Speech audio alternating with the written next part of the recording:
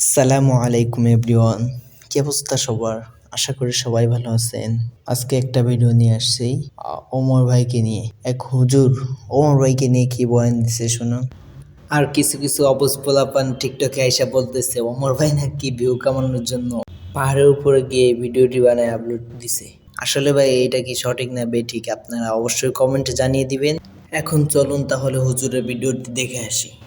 Facebook এবং YouTube এবং টিকটকের মধ্যে ভাইরাল একজন আছে যার নাম হলো ওমর। তার কথাগুলো যুবকেরা ফলো করে এবং শেয়ারও দেয়, কপি লিঙ্ক করে করে ফর ইউর মধ্যে নিয়ে যায়, ভাইরাল করে দেয়।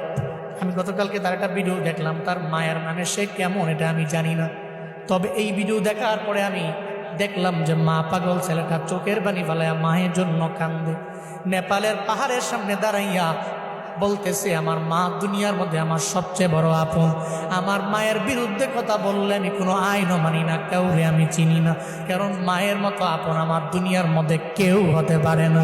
সে বলতে লাগলো যখন আমার বাবা নাই, আমার মা ছাড়াই পৃথিবীতে আমার আপন যখন কেউ নাই, আমার মায়ের গার্মেন্টসে চাকরি করে করে করে করে কোনো রকম জিন্দেগি চালাইয়া আমারে ফালাইয়া যায় নাই, বরং পরিশ্রম করে করে আমার মা স্কুলের মধ্যে আমারে পড়াইলো।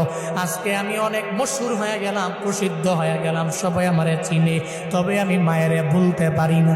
নেপালের পাহাড়ের সামনে দাঁড়াইয়া বলতে লাগলো মা জীবনে কোনোদিন আপনারে আই লাভ ইউ মা বলা হয় নাই, আমি আপনারে ভালোবাসি, আমি আপনারে পছন্দ করি এটা বলা হয় নাই। ওমর নামক ওই ছেলেটা বলতে লাগলো এরপরে আমার আপন আমার নানি, যদি জীবনে কোনোদিন একটা হেরিয়ার গাড়ি আমি কিনতে পারি আমার মায়েরে ওঠামো, আমার নানিরে ওঠামো। যুবকেরা তোমরা অন্যান্য বিষয়গুলো টিকটক দেখা দেখে অন্যজনরে ফলো করো, তবে এটা কেন ফলো করো না?